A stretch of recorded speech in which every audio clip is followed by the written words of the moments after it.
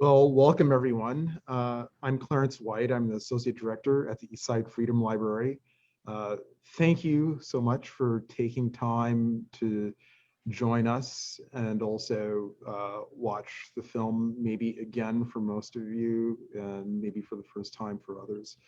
Uh, so we not only thank all of you for being here. We of course thank Roger Guenveur Smith for being here. This is not the first time that he has joined us at the Eastside Freedom Library. He has been here before, at least once when I had the opportunity to be here, and I think maybe another time as well. And which of course means he's been in the Twin Cities. Um, we are happy to be joining in this conversation with Trilingua Cinema, and yeah, just I hope this is a great conversation for all of us, especially now. This is the kind of conversation and a time for the conversation that we have here at the Eastside Freedom Library. Uh, you are welcome to join us for many more conversations. You can check out our website at eastsidefreedomlibrary.org and click on our events page. Uh, we sort of do this every day. So hopefully you're joining us tonight, and maybe you have before, and maybe you will in the future. With that, I'm going to hand it over to Ishmael and let you continue. Thank you, Clarence. My name is Ishmael, and I am an associate director at Trilingua Cinema, and we are a nonprofit based on the east side of St. Paul with a mission of creating a community through multilingual film. And we have an ultimate goal of opening up a brick and mortar here on the east side.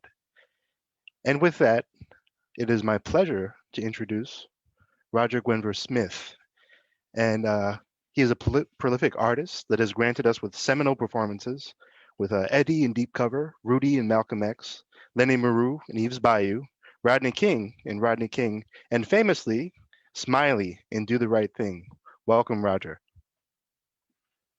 All right. You named some interesting characters there. Thanks for digging deep into the archives. Really appreciate that introduction. And as Clarence suggested, I am not a stranger to the Twin Cities.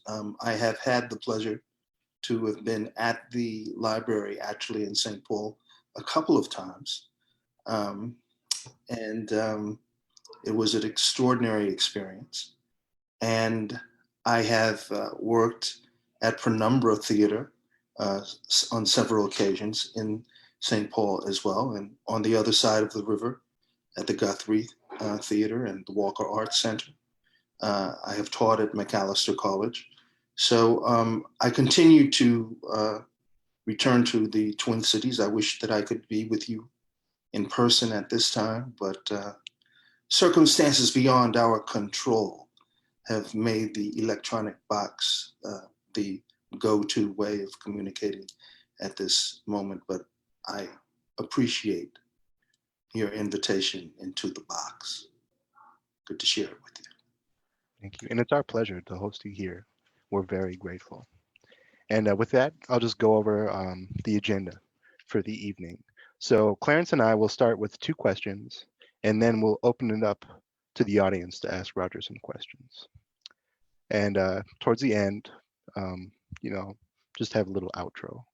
So to begin, Roger, this film has many parallels to George Floyd's murder. And one distinction is that Sal's Pizzeria was destroyed, whereas Cub Foods, the institution that called the police on George Floyd, is still standing in Minneapolis. What do you think this parallel represents, especially since your character, Smiley, was ultimately the character that lit the match to burn down Cub Foods? Yes, I played the artist slash arsonist in Do the Right Thing. And Smiley, I'm sure that you know because you have dug into the archives, was a character that was completely improvised. If you look at the screenplay for Do the Right Thing, which was Oscar-nominated original screenplay, you will not see the character of Smiley. It's an opportunity that I had to bring something to the table. Spike and I had collaborated successfully, I think, on a film called School Days, which preceded this. And we collaboratively worked our way through this character and through this storyline in which Smiley eventually, as you say, becomes the arsonist. Many things burned in Minneapolis last year.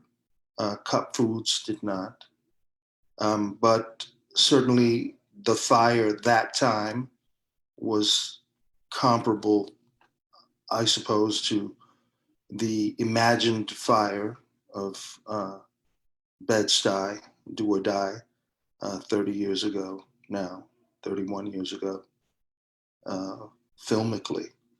A film which, continues to resonate in tragic terms. You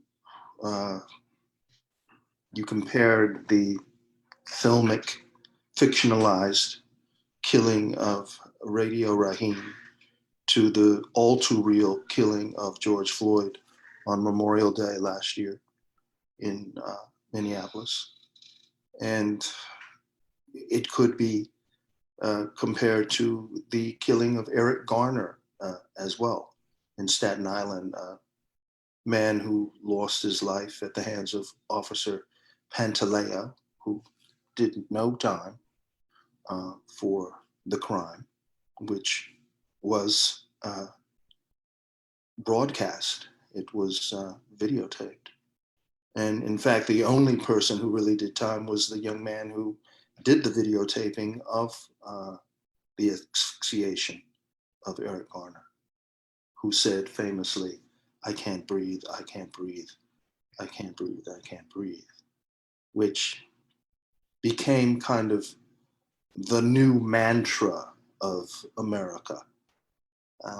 Previously, you might have suggested that the mantra of America was, can we get along? Can we get along? Which of course was Rodney King, who made what I think is one of the great speeches in American history on May Day, May 1st, 1992, as Los Angeles was going up in flames, and he actually stopped the riot. Rodney King. The other King made a lot of great speeches as well, but he never stopped a riot. He prescribed the cause of the American riot, so-called, but he never stopped one. And it was Rodney King who dug deeply into his heart to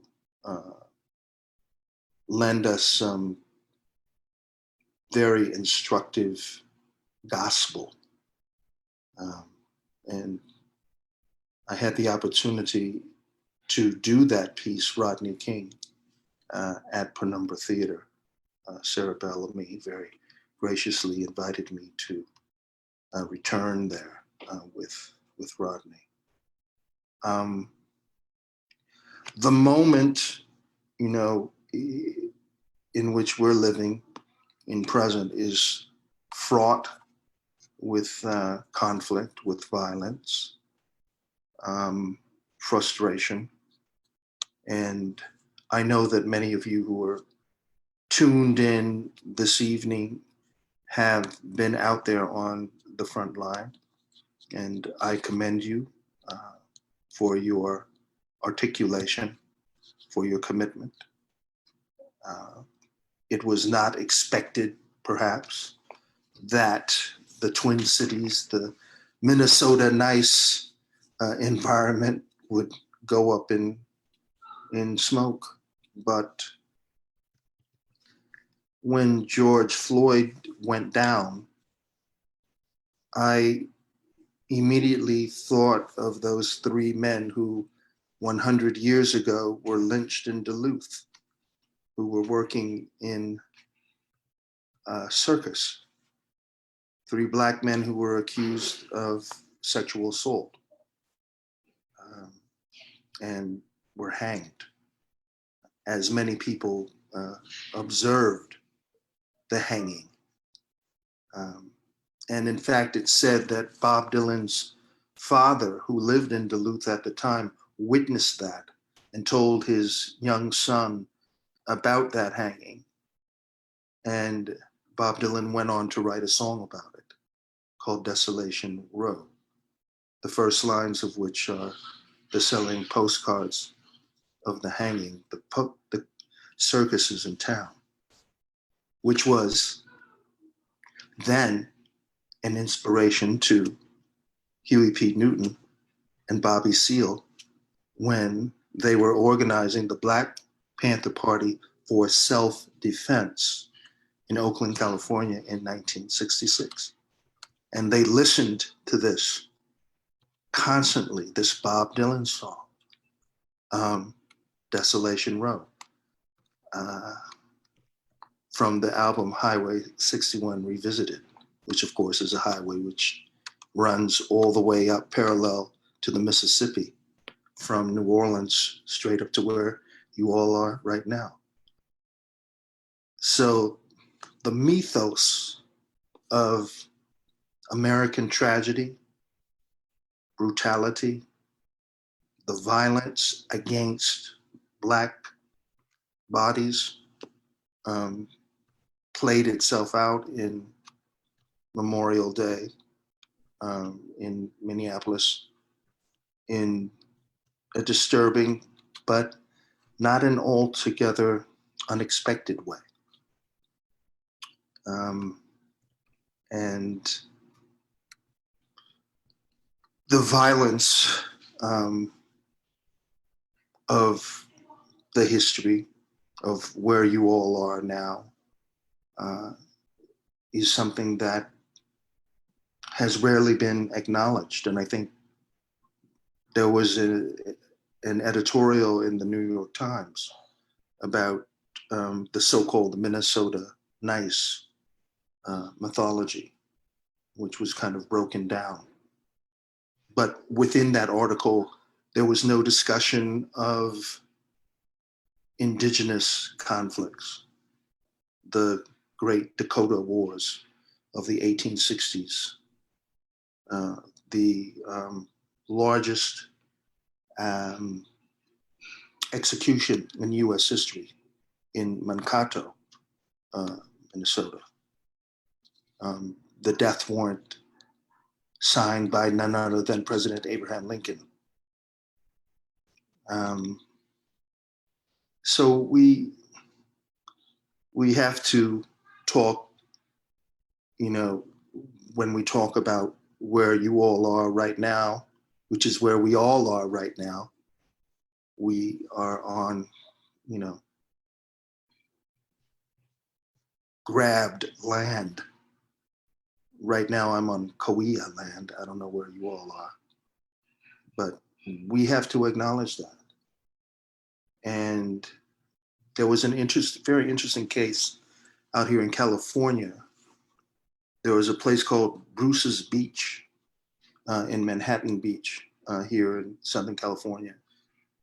And it has always been acknowledged that the Bruce family, a Black family, had their businesses taken from them because they were successful recreational businesses. And it's finally been determined after more than a century that perhaps the descendants of these people should be able to get this land back and to get paid for what they would have earned had they been able to keep the hotel, keep the beachside property here in sunny California. But then when we talk about, okay, well, that's the reparation of an African American family, what about what about the Chumash people on whose land the Mexican land grab came, and then the Americans fought the Mexicans, and then the Americans fought against the African Americans. It's a long and disturbing history, but it's one I think that we have to acknowledge. And this is the time to do it. This is truly the time to do it. As Smiley says, straight up in the beginning of the film, my name is Smiley, this is Malcolm, this is Martin. Now they are dead, but we still have to fight against apartheid. Yeah. Thank you for that. Yeah. And oh, sorry, Lance. I just wanted to point one thing out. Good. That the sort of twisted connections that we see that you mentioned with Bob Dylan and sorry, just got emotional. I think about the connection between George Floyd and Dante Wright, and I don't know if you're familiar with that, but George Floyd's girlfriend was Dante Wright's teacher. Yes, I'm aware of that. Some really twisted sort of connections, and I'll pass it on to you, Clarence. Yeah. I don't know if everyone knows this, but Highway 61 runs a few blocks to the east of the Eastside Freedom Library. It's just right outside our front door by a matter of steps. So yeah, there was a lot of history, and it's sort of like the racism that for years was thought of as being Southern has a direct line right up through to its end. It all ends right in Duluth. So yeah. I was thinking a lot about the Rodney King piece, and remember seeing that, and it's a stunning, brilliant piece. And it made me think, and watching the movie made me think of a few things, but one of them is like, are things worse now than they were? And are things worse here in Minnesota than they are other places? Because I look at the film, and of course it's a film, so I'm not experiencing it directly. And there are certain things that are crafted that definitely have like an emotional impact, but also like an emotional origin. But the stuff that we see in that film, to me, maybe just as a Black man, doesn't seem as violent or threatening or dangerous as what we're experiencing here in Minnesota. And maybe like viewing what happened with Rodney King, are things there. Of course, the video that we saw of Rodney King being beaten was horrific, but the climate in general, are things worse here? You talked about the Minnesota Nice piece and people coming to understand that. So, I don't know if you have a sense of that, having been here, having been a part of the making of Do the Right Thing, having studied very carefully, Los Angeles. And of course, all of us know the history from the South.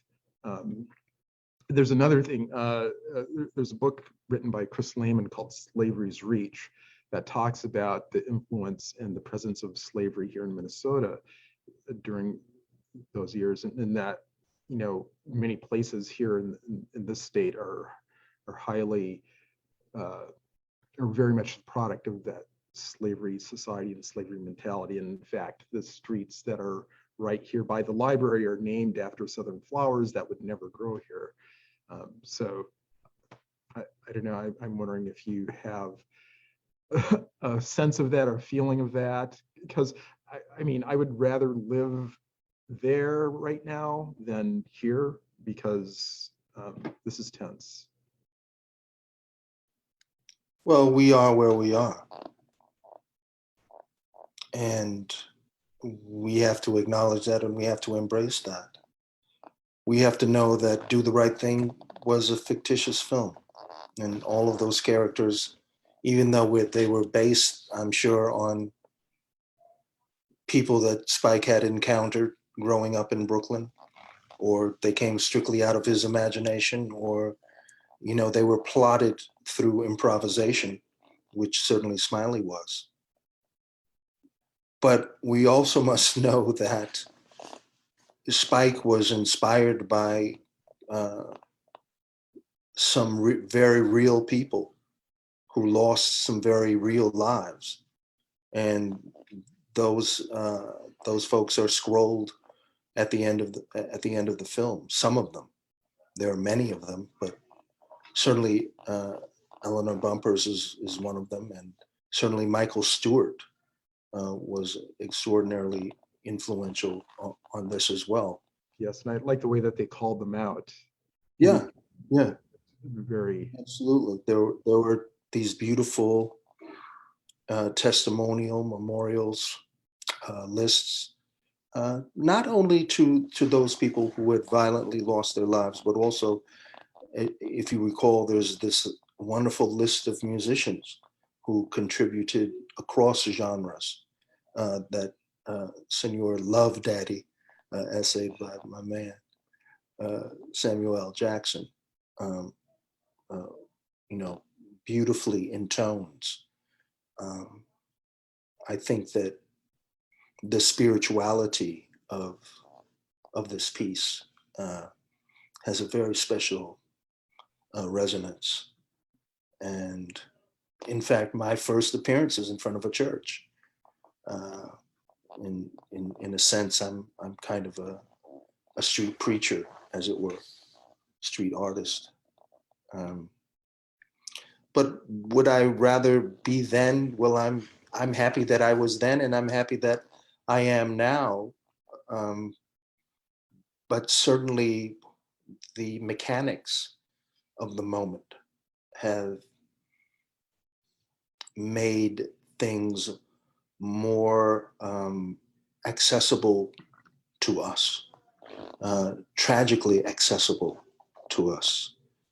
Darnella Frazier, bless her, was 17 years old when she pulled out her little, phone last Memorial Day. She just happened to be with her little cousin, who, by the way, was wearing a t-shirt that said love on it. She was 9 years old. And they witnessed this man being asphyxiated. And she captured it, and she was the one who put it out there, a child. She's 18 now, but she was a child at that time. And she had to absorb that. And I don't know if you ever saw the testimony that she gave the day after it happened, but that was extraordinarily moving and devastating and impossible testimony coming from a child. Now, when Rodney King was beaten May 3rd, 1991, a guy who just had, access to some new technology, he had this new video cam, and all this light came out in the middle of the night. He said, well, let me get this. Let me try out the camera, see how it works in the darkness, with the light coming down from the helicopter. And that's how that was captured. Now, those of us who grew up in LA were not surprised that we were seeing this. Perhaps the world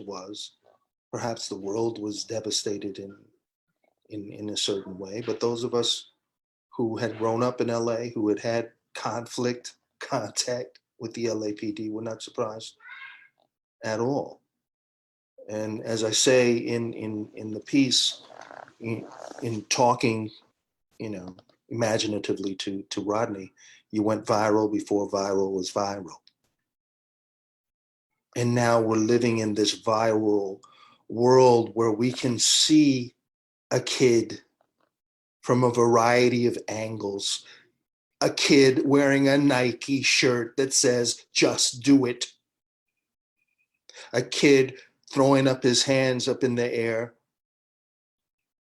and then boom, dropping dead in an alley. We can access that. We can rewind it.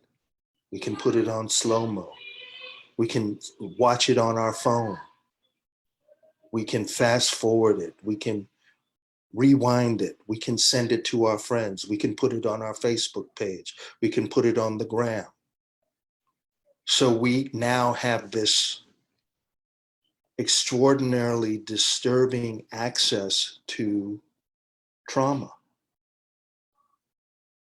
Does that make the source of that trauma more likely to be exterminated?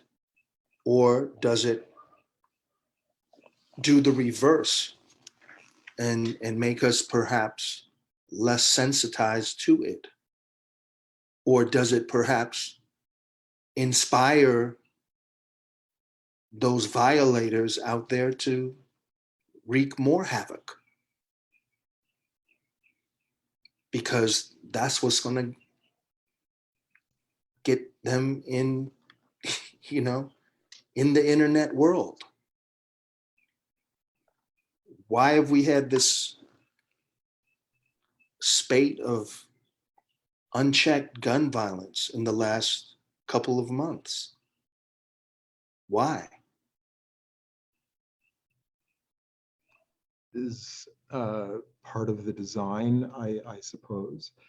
And also a lesson in how even when we speak the truth, and even when the truth is plain, we're not listened to.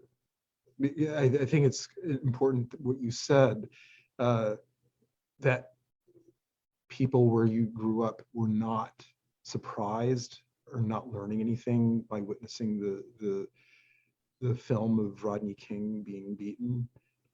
And it's almost like we're saying, see, this is what we've been telling you. And the dominant narrative wants to start the conversation all over from the beginning, so that all of the wisdom and knowledge that came before doesn't count. And we're talking about small, minute pieces of the interaction between George Floyd and Derek Chauvin. Whereas this is not only a long-running story for Derek Chauvin, but a long-running story for all of us that has a lot of history and a lot of facets to the history, and very much bound up. And I think it's very important that you brought in, the First Nations people, the indigenous people of this land, and the complicated story of Mexico, because there are cities in this continent, in this United States, that are very old. The oldest ones are not in the East. The oldest ones are in the West, and the ones that still exist. And people don't acknowledge that history. They don't acknowledge the slave patrol history. They don't acknowledge the history of slavery throughout the nation, not just those people in those states. And they don't acknowledge that every single one of us has been walking through life with the risk of this kind of attack that comes with impunity. And by the way, we are here in the Twin Cities are in land that is primarily Dakota, Anishinaabe, and Ojibwe land is also part of the state of Minnesota, and or what we call now the state of Minnesota. So I wanted to acknowledge that, as you did for the area that you live in. But I think now is the time when we want to open up the questions. Is that correct, Ishmael? Yeah. I mean, we would like it if, I'll let you guide us. Yeah, for sure. You can put your questions in the chat, and then I'll call upon you. So we're opening up the floor right now. And please, feel free, share your questions, share your comments. Um, what what do you want to ask? Having just watched the film. I know that one of the conversations that we've been having over the last year is, okay, what is the appropriate response? Should buildings be ransacked? Should they be burned? Should people be demonstrating indiscriminately in the streets? Should they be, raising their fists with impunity? Should the police then respond with impunity, with unchecked violence?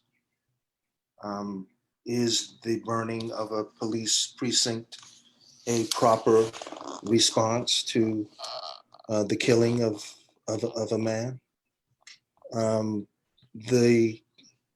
The film, and when the film came out, certainly raised these questions, because there was a lot of critical response, not to the killing of Radio Raheem, but to the burning of the pizza parlor, the sacking of the pizza parlor.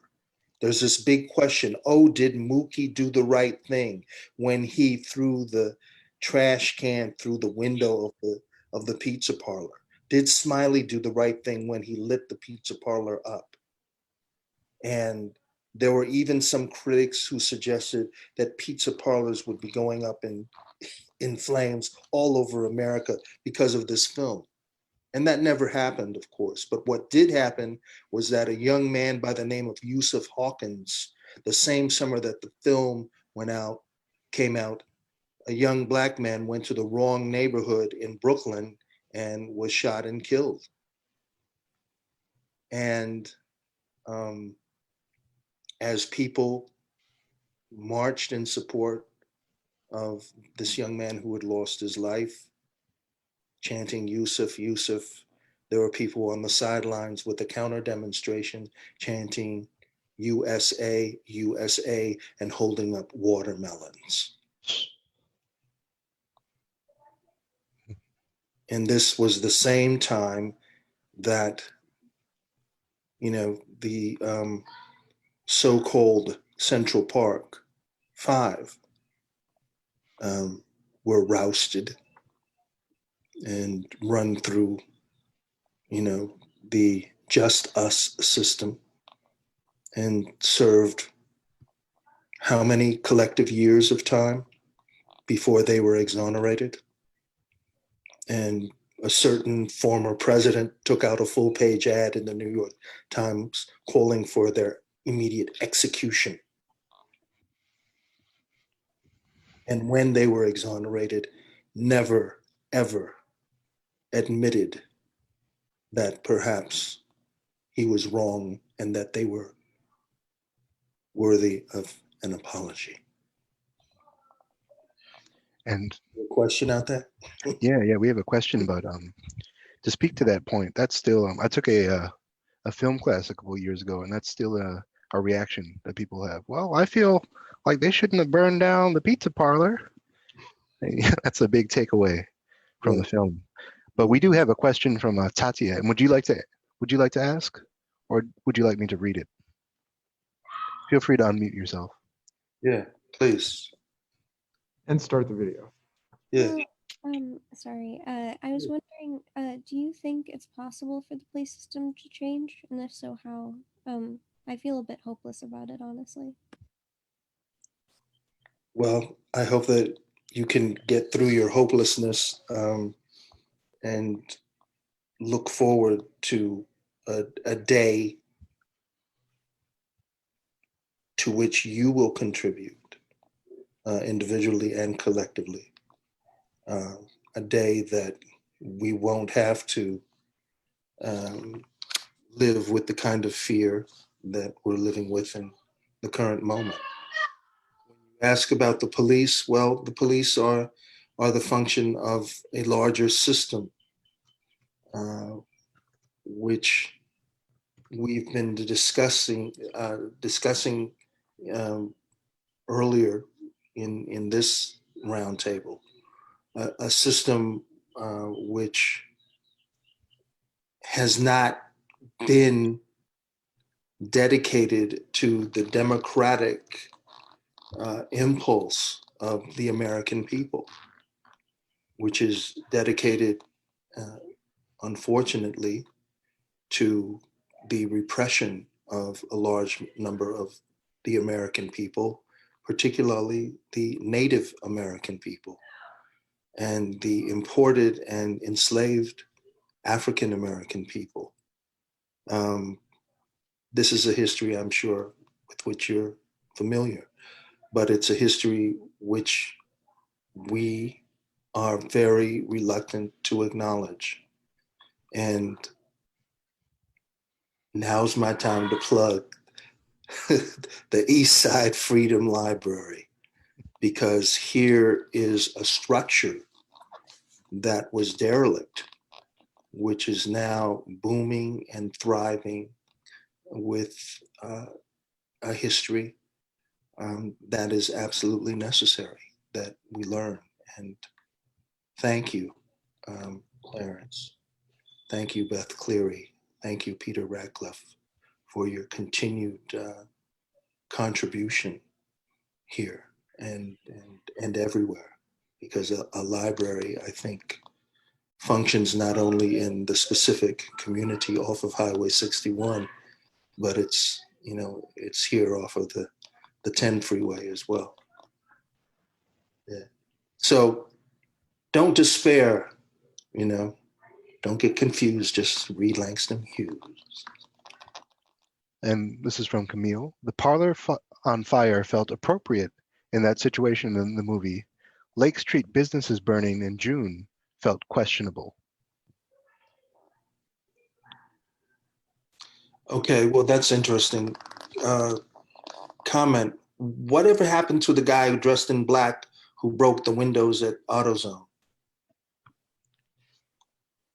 Whatever happened to him? We saw him. I sat up in LA and I watched him break those windows and do graffiti on that structure. But did anybody ever capture him? Was he ever indicted for anything? Did we know who he was? I'm putting it out there, Minnesota. Because that, to my knowledge, was the first property damage in the neighborhood. Was it not? Somebody correct me on this. It was one of the first. Yeah, it was one of the first. Yeah. The guy who came with the umbrella, dressed in black, and he's breaking windows. And a guy comes up to him and happens to be holding a pizza and says, "What are you doing, man?" And then he just kind of disappears. And then from that point on, it was on. So whatever happened on Lake Street is very questionable from my point of view. Mm-hmm. Should Smiley have lit that match? Should Mookie have thrown that trash can? I don't know. It's a movie. So, we have to have some conflict, right? One of the interesting things is I watched the film some years after it came out. It was shown in a little cinema in Harlem. I walked in and I recognized for the first time ever that Radio Raheem was about to choke Sal. Now, because of my commitment maybe to playing Smiley, I had never allowed myself to see that, because of how I am connected to the film politically. I was never able to see that because of the kind of critical responses that I've been talking about this evening.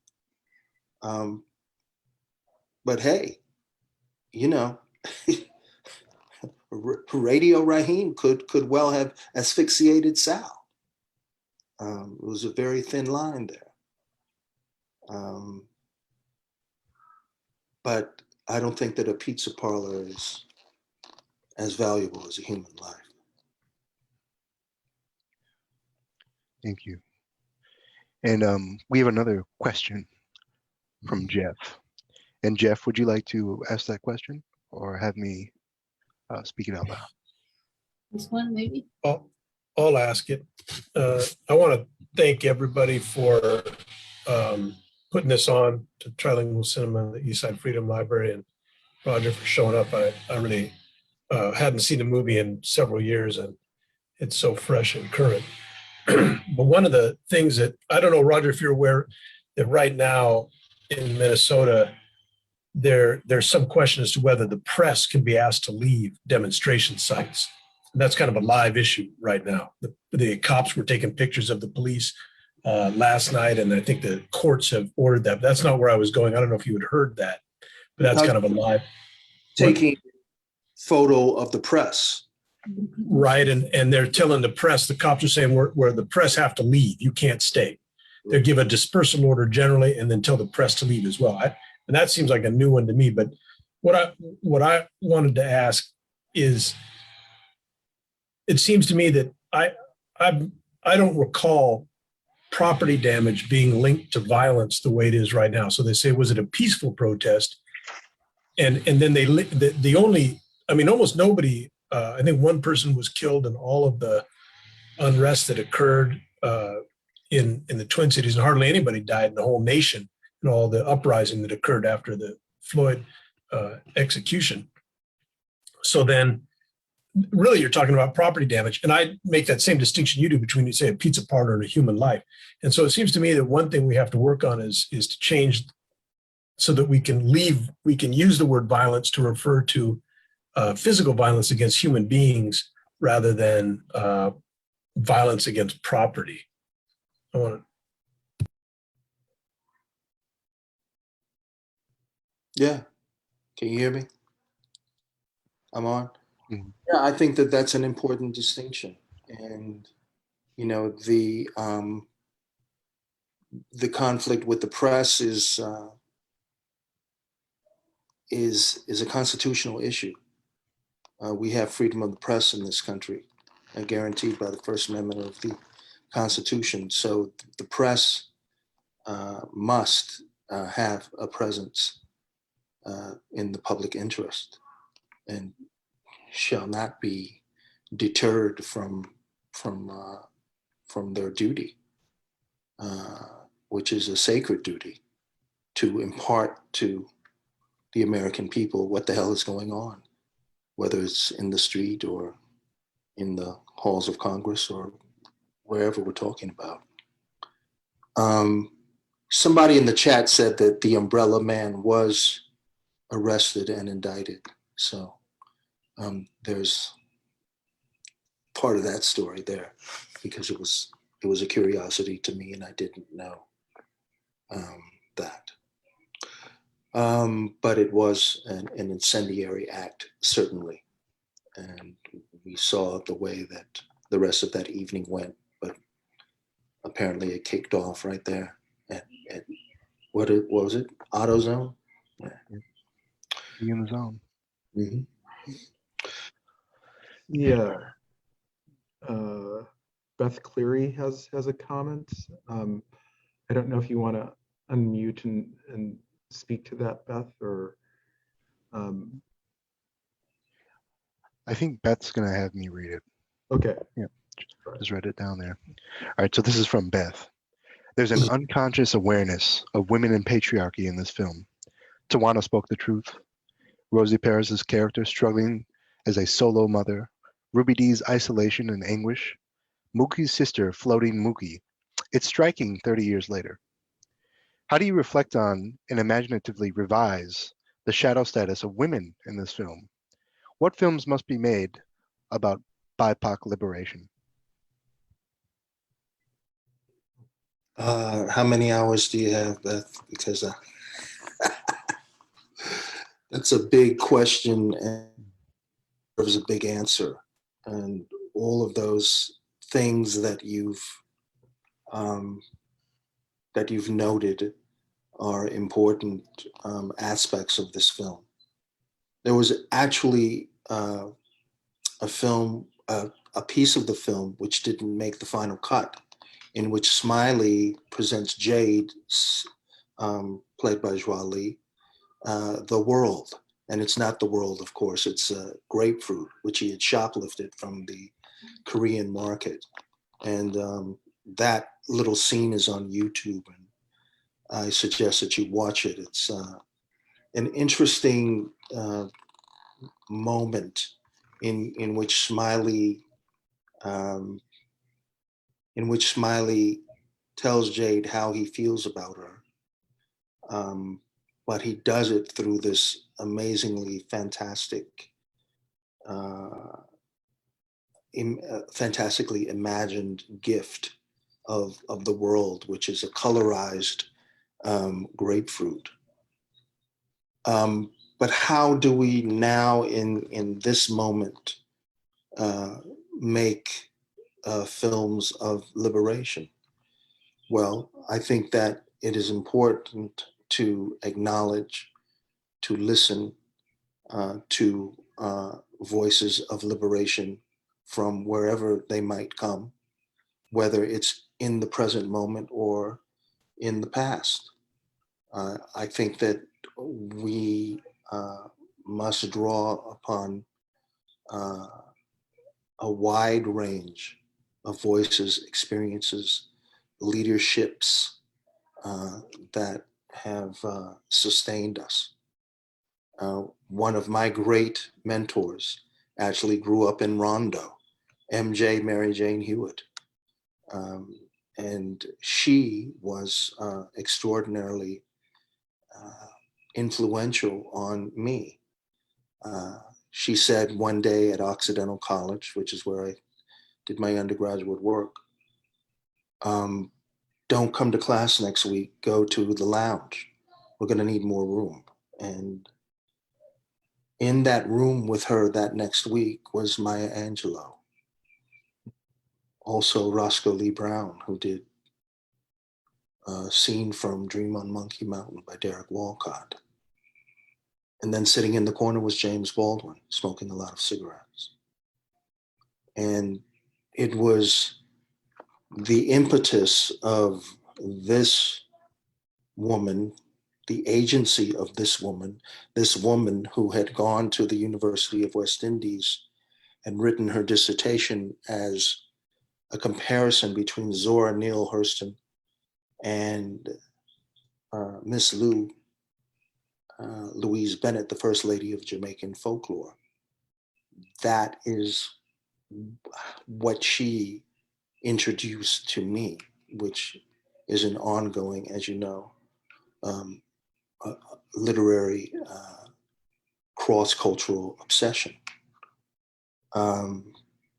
So those are the stories that need telling, and the function of theater, of film, is not always built on soliloquies, great monologues.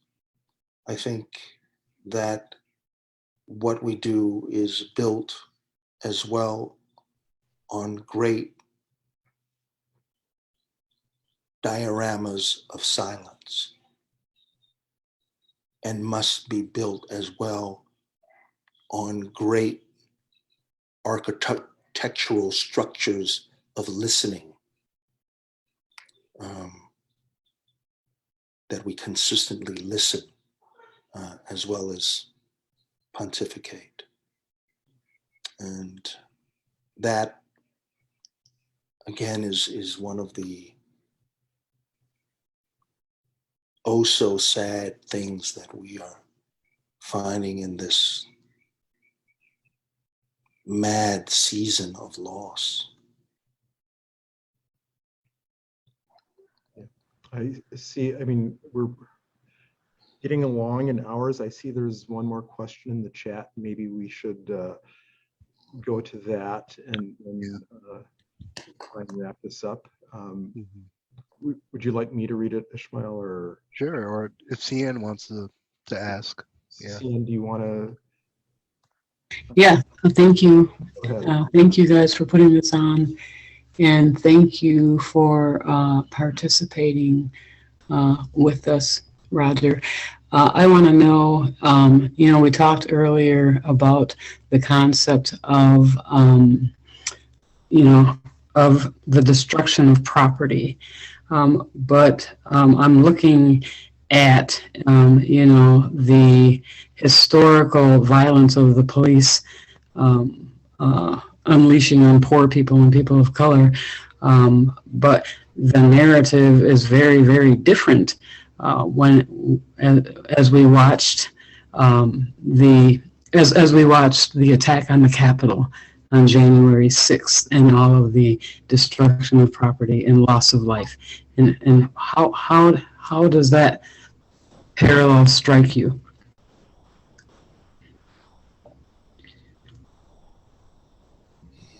Well, my father said, son, I have diabetes, hypertension, cancer of the prostate.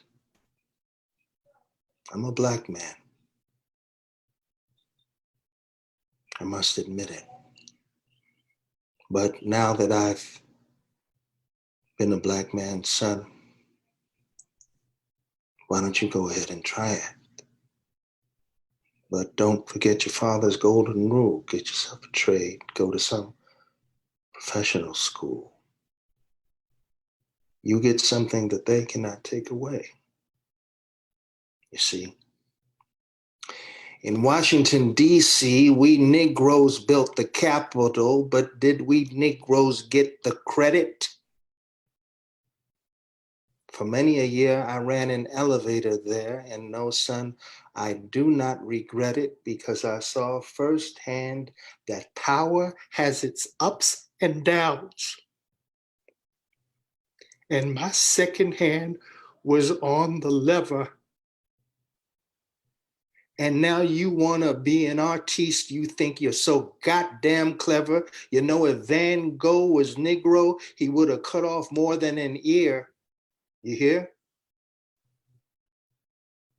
Charlie Parker, certified genius. They put him in an insane asylum. Charles Mingus, brilliant pianist. Bud Powell, he had to scrawl 88 keys on his nut house wall. And who's the boy? The one you love to emulate? Haitian, Puerto Rican, from Brooklyn, starts with a B. Basquiat, Jean-Michel Hell. That boy didn't live long enough to see his shit really sell. So you go ahead and you be an actor. But you'll never act yourself out of this coffin called the US of A. But believe me, son, I love you. I love you anyway. You and your sister and your brother, we love you. Your mother and I. And before it's all over, son, why don't you do this in one of your plays? Anybody going up? And then say, anybody going down?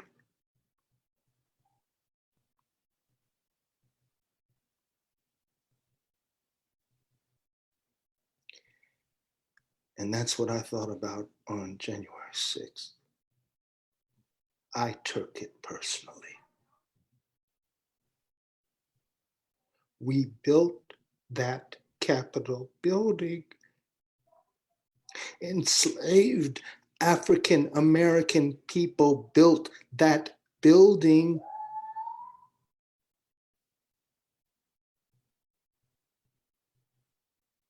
And my father worked in Washington, D.C. and was never called by his rightful name, which was Sherman. They called him George.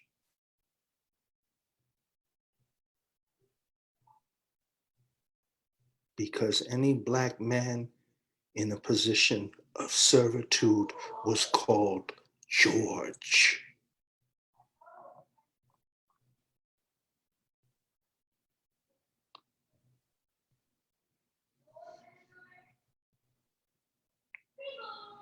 George.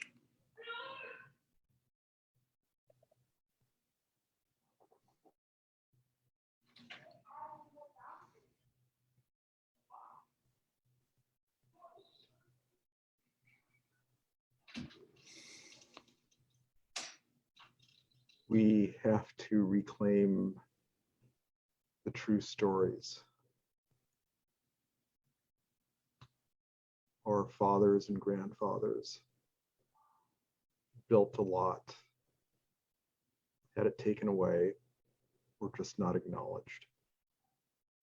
I think about all of the land that African Americans owned in the South before they were terrorized out of it or cheated out of it.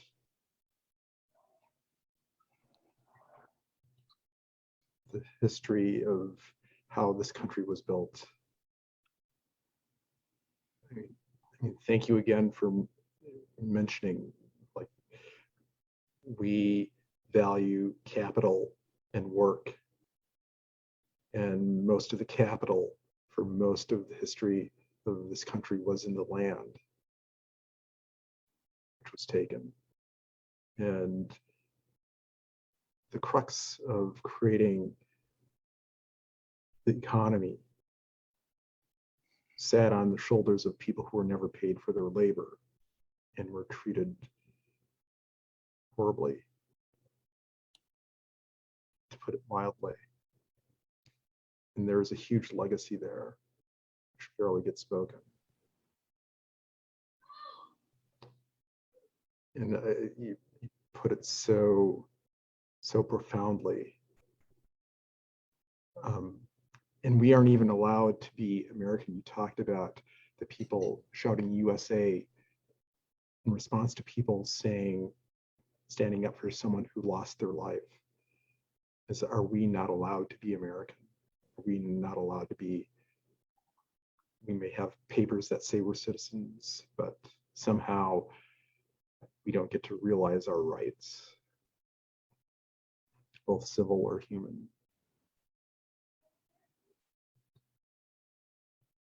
Yeah.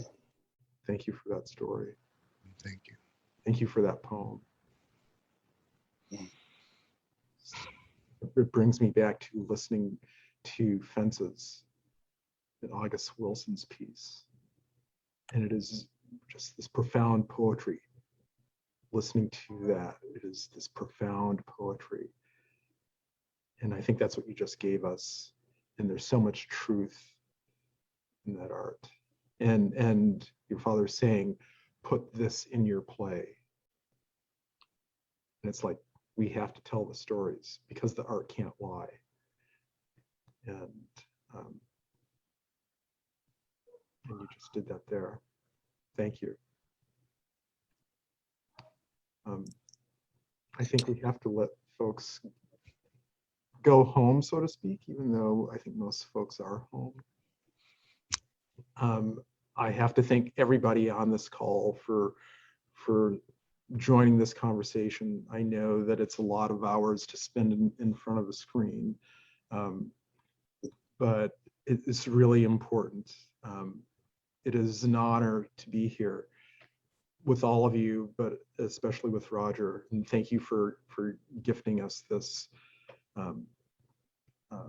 not only your creation as an artist in this movie and otherwise, but for being here for this conversation. It is always nourishing, nourishing as it challenges the narrative that is trying to push back on our humanity. So I can't thank you enough for all of the work that you do and continue to do.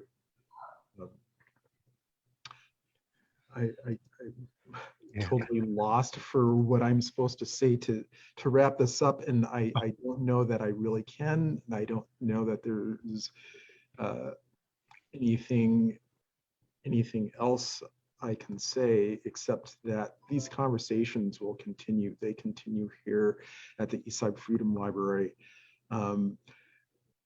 You know, I would like to thank Ben Werner for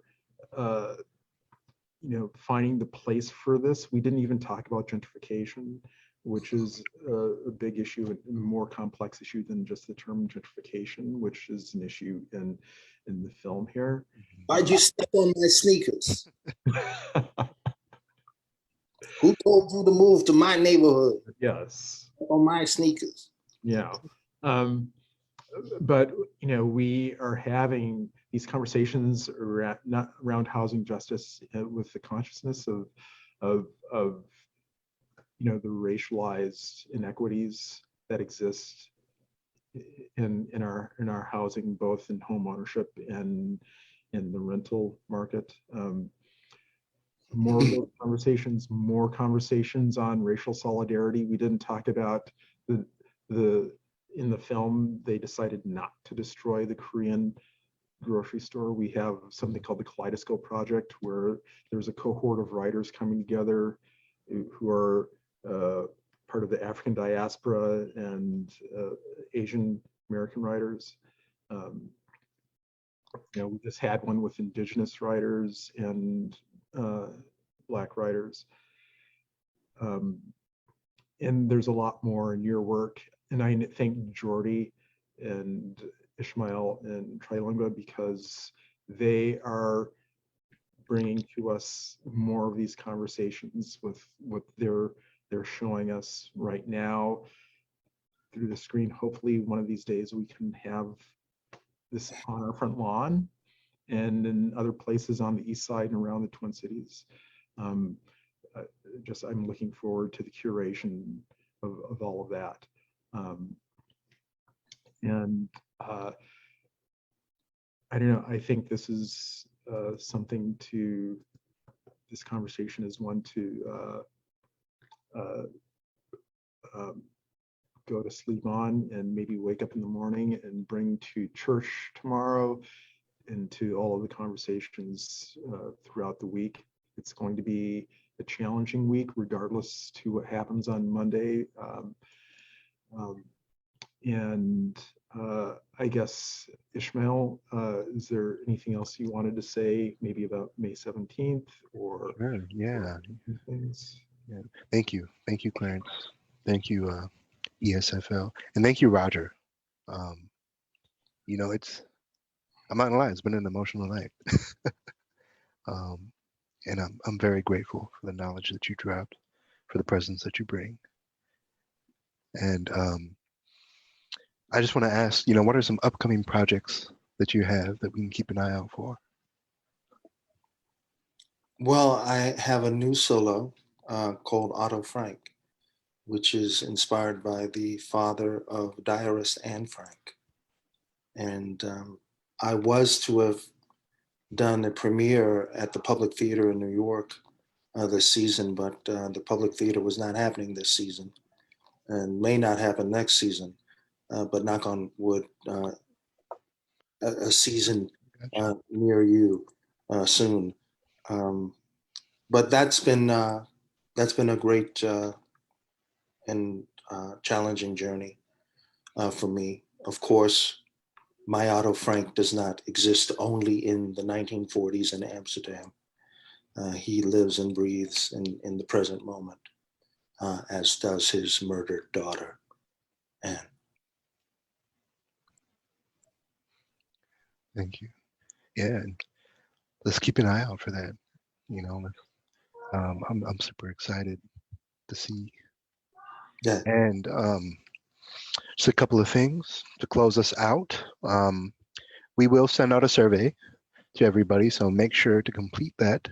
It will also have a donation link to Trilingua. You know, we're a very new theater, I guess, here without a theater. But you know, hopefully soon we can have a brick and mortar here. We also have an event coming up for Hmong American Day on May 17th. That will be in person outside, and it's going to be at Hmong Village. So, please, feel free to come check it out. There's going to be great food, and to echo something that Roger said earlier, Trilingua is partnering with a org here, Documenting MN, and we're going to put on a full-length documentary about Blackness in Minnesota and how we got to this situation. It is surprising to a lot of people what happened here, but Documenting MN and Trilingua, we're here to get to the bottom of that. And I'd like to thank you all for coming tonight. And thank you again, Roger and Clarence. My pleasure. Thank you all. Please be safe out there. I know you'll be out there, but please be safe, be smart, be active, be engaged, and stay educated. Drop into the library and check out what's going on there and spread what's going on there into the local community and way, way beyond. Thank you. Thank you all. Have a blessed evening. Good night. Good night.